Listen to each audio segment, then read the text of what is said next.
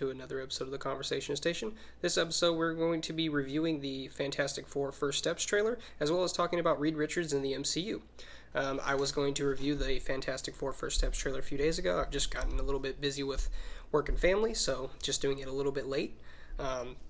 Honestly, first impressions of the trailer, I watched it, the day it came out, about a week ago, 2 weeks ago. I thought it was awesome. I was extremely excited for it. Honestly, this whole since the announcement of Pedro Pascal as Reed Richards, I didn't know what to think about it or how to feel about it, just because, not that I'm not a Pedro Pascal fan, it's just, I wasn't sure how he was going to do as Reed Richards. I don't know, the energy for me, I just haven't seen it come from him, I guess. You have to adapt yourself to carry yourself like the smartest man in the universe. And I think his version of Reed at this point, I don't know if I'm guessing as of now, he doesn't really consider himself the smartest man in the universe, just a super genius, which he absolutely is.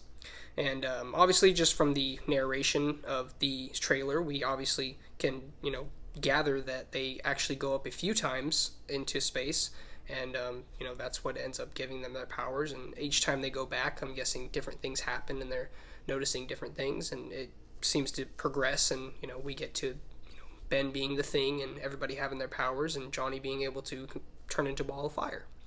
The 60s setting of it was really cool. I was excited to see how that was going to look, and with the costumes and just the backdrop and everything and the way the entire set looks, I think it's amazing. You got the Fantastic Car, that was the Fantastic Four's prime mode of transportation in the early Fantastic Four Stan Lee comics, at least as far as I've read and told. I haven't read the comics, but I've just read a few things that's where it's taken from, and that's what they're paying homage to. So to see that little clip of the car was really cool. We probably won't see it too much, and eventually they'll get their other means of transportation, but we might just see this during this time.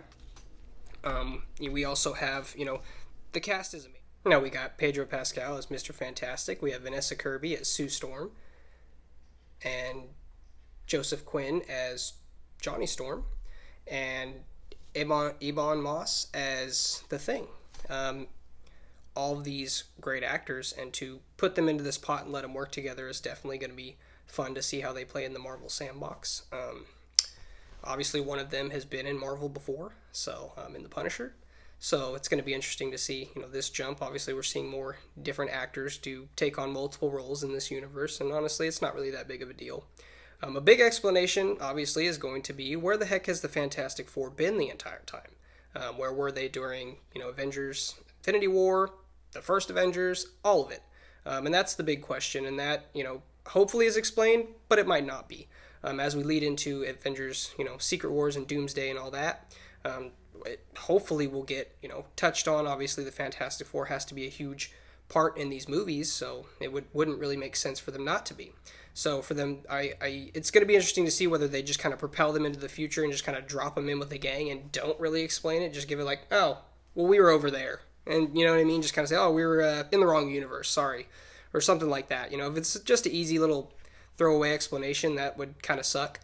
Like I said, I would like to kind of see them get eased in and have it be kind of a cool story to be explained, just because it's the Fantastic Four. Whatever the way they join the MCU or shown to be a part of it is going to be interesting just in itself. Herbie only gets a few seconds of screen time, but just him and the Things little back and forth in that little scene is just super exciting. I think he's going to be a huge fan favorite, and I'm hoping Marvel uses him for more of the comedic relief and just gives our stars and our characters time to talk, time to do the work, and have serious dialogue, as well as have just a huge amount of fun with it. Because the one thing you got to remember about superhero movies, even if you didn't fully enjoy them, these are just supposed to be fun. They're not supposed to be taken 100% seriously. They're not supposed to be 100% from the source material. It's just little bits of cherry picking, and sometimes it's prune picking. It ain't even the good stuff. They just pick stuff out that they like, and that's to be expected.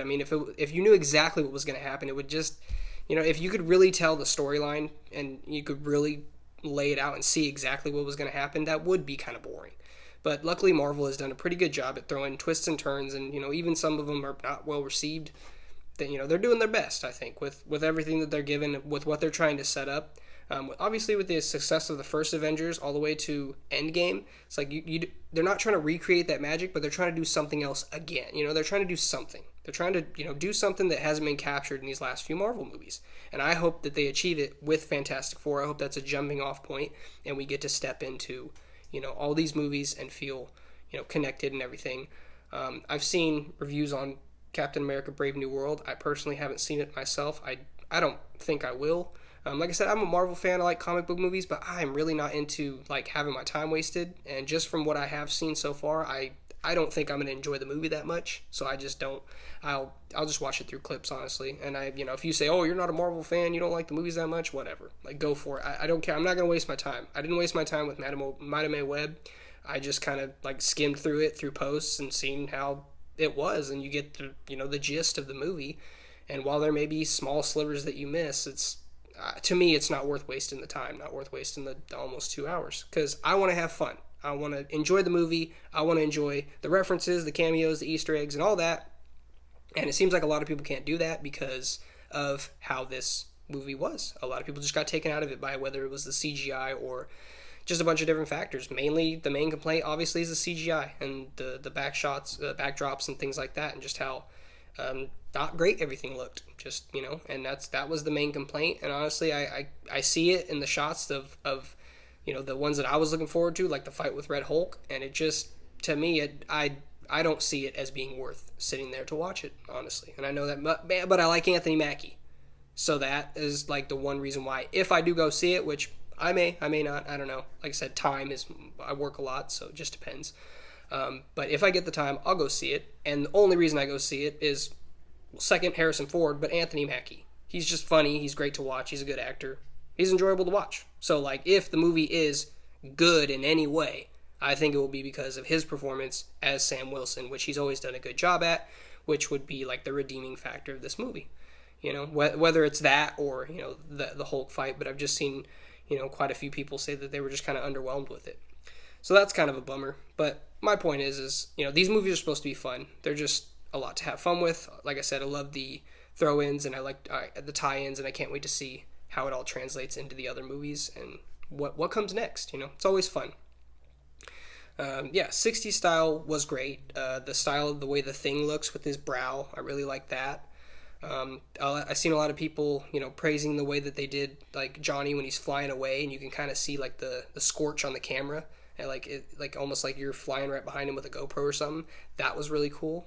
People were saying like you seen kind of the same thing in Guardians 3 with Adam Warlock, like the way he flew was like the camera did it. There was like dust on the camera. It was about the same thing, and it was not the same thing, but they were making comparisons and saying, yeah, this is it's cool that they went with this feeling of a little bit more rugged realness, and like I said, the lens is getting dirty. It's cool. It definitely I think it puts a little extra twist on it.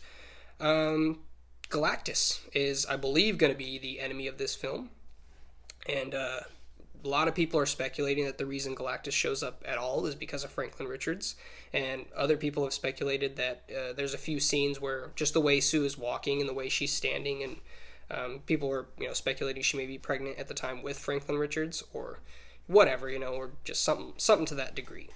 And if that's the case, I've the storyline I hear with that is that Galactus shows up because he wants Franklin to rebuild his old universe, which, from what I understand, I haven't read any real comics with Franklin in it because I just haven't been able to get my hands on any.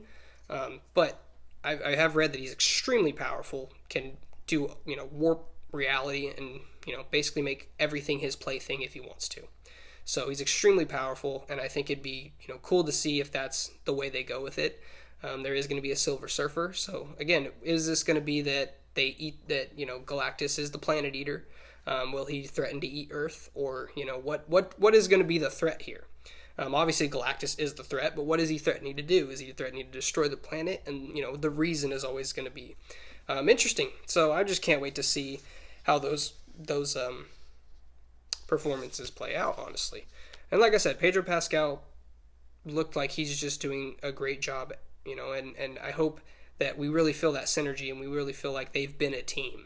That's because again, you're coming in on something. Like that's what these movies are supposed to feel like. So you're coming in on their story. We get to see it at this point. So, super excited for the movie. I hope we get like another trailer or something with just a little bit more and get to see, some really cool stuff. Also, the sound of like the thing when he's just like tasting or like when he's starting to run, that rock sound was like really really cool. I enjoyed it. I thought it was really awesome. But yeah, that just little stuff like that. I think it's just gonna make the movie all that more great and more fun. And I think book movies are about to get fun again. And I think maybe the reason that I'm not saying attention wasn't paid to the recent Captain America movie, but I'm saying they are planning for the future, and I don't really think that movie had a lot too much to do with the future. But I just don't know, and it'll be a time will tell type thing. So but I'm going to see this movie. I don't care what's going on. I'm definitely going to check out the Fantastic Four as soon as it comes out. I'm super excited for it. If you have any concerns or comments or anything that you would like to know or anything that you think might happen, I would like to hear it. I appreciate any time you spend watching my show. I do have an intro at the beginning of this video that I shot with my daughter, well, help with my daughter. Camera work is a little shoddy because me and her were just kind of standing there talking while it was all getting done. Just can't help it. Me and her, just talk about art and stuff like that when she's painting. I just, can't help myself. But yeah, this will be my first video with my intro on it. So if you enjoy that, give the video a like, and any type of interaction is much appreciated. Thank you for watching, and I hope to see you again.